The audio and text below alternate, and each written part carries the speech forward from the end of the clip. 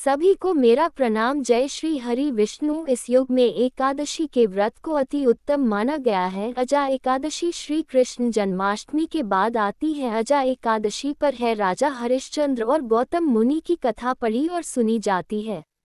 भाद्रपद महीने में 2 एकादशी आती हैं। अगर आप भी व्रत रख रहे हैं तो यहाँ व्रत की कथा पढ़ सकते हैं। पुराणों के अनुसार एकादशी का महत्व स्वयं भगवान श्री कृष्ण ने धर्मराज युधिष्ठिर को बताया था। कृष्ण बोले, भादो मास के कृष्ण पक्ष की एकादशी का नाम अजा है। इसका महत्व ऋषियों में श्रेष्ठ गौतम मुनि ही जानते हैं। भाद्रपद मास के कृष्ण पक्ष की एकादशी का नाम अजा है। वह सब पापों का नाश करने वाली बताई गई है। जो अजा एकादशी का व्रत करता है उससे जन्म जन्मांतर के पापों से मुक्ति मिलती है। इस एकादशी का व्रत पवित्र मन से भगवान भी प्राणी श्री कृष्ण भगवान का पूजन करके इसका व्रत करता है, उसके सारे पाप नष्ट हो जाते हैं। आइए अजा एकादशी की व्रत कथा। जय श्री कृष्ण भक्तों। पूर्व काल में हरिश्चंद्र नामक एक विख्यात चक्रवर्ती राजा थे जो समस्त भूमंडल के स्वामी और सत्यप्रतिज्ञ थे।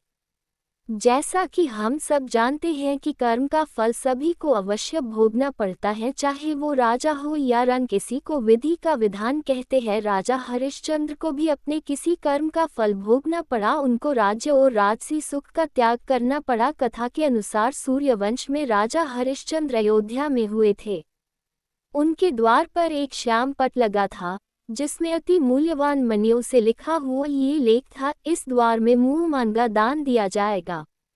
राजा ने अपनी पत्नी और पुत्र को बेचा, फिर अपने आप को भी बेच दिया।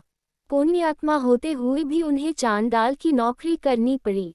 वे मुर्दों का कफन लिया करते थे और शमशान में मुर्दों का को जलाया करते थे। इस प्रकार का कार्य करते हुए भी राजा हरिश्चंद्र सत्य के मार्ग से विचलित नहीं हुए। इस प्रकार चांडाल की नौकरी करते हुआ उनके अनेक साल व्यतीत हो गए।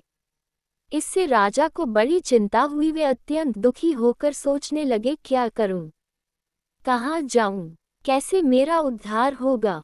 इस प्रकार चिंता करते करते वे शोक के समुद्र में डूब गए और उदास रहने लगे। राजा को परेशान देखकर एक अत्यंत तेजस्वी मुनि उनके पास आए। वो और कोई नहीं, स्वयं ऋषि श्रेष्ठ महर्षि गौतम ही थे। बोलो श्री कृष्ण भगवान की जय। श्रेष्ठ ब्राह्मण को आया देख राजा हरिश्चंद्र ने उनके चरणों में प्रणाम किया और दोनों हाथ जोड़ गौतम के सामने खड़े होकर अपना सारा दुखमय समाचार कह सुनाया।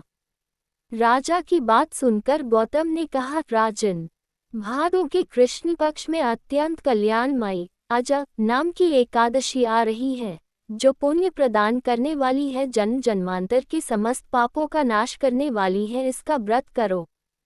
इससे आपके द्वारा किया गए किसी भी पूर्व जन्म में किए गए किसी भी प्रकार के पाप का अंत होगा। तुम्हारे भाग्य से आज के 7वें दिन एकादशी है। उस दिन उपवास करके रात में जागरण करना।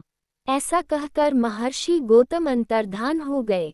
मुनि की बात सुनकर राजा हरिश्चंद्र ने उस उत्तम व्रत का अनुष्ठान किया। उस व्रत के प्रभाव से राजा के सारे दुख दूर हो गए। वो सुखी और खुश रहने लगे। उन्हें पत्नी का सानिध्य मिला और उनके पुत्र को जीवन मिल गया। उसी पुत्र को जीवन मिला जिस मृत पुत्र के अंतिम संस्कार के लिए अपनी पत्नी को चांडाल की नौकरी करते हुए अपने बेटे का अंतिम संस्कार करने से मना कर दिया। अजा एकादशी व्रत के प्रभाव और श्री कृष्ण भगवान की कृपा से उनके पुत्र को जीवन दान मिला। आकाश में दुंदुभियां बज उठी, देवलोक से फूलों की वर्षा होने लगी। एकादशी के प्रभाव से राजा ने निष्कंटक राज्य प्राप्त किया और अंत में वे परिजनों के साथ स्वर्गलोक को प्राप्त हो गए। राजा युधिष्ठिर, जो मनुष्य ऐसा व्रत करते हैं वे सब पापों से मुक्त हो स्वर्गलोक में जाते हैं। इसके पढ़ने और सुनने से अश्वमेध यज्ञ का फल मिलता है। बोलो श्री हरि विष्णु की जय।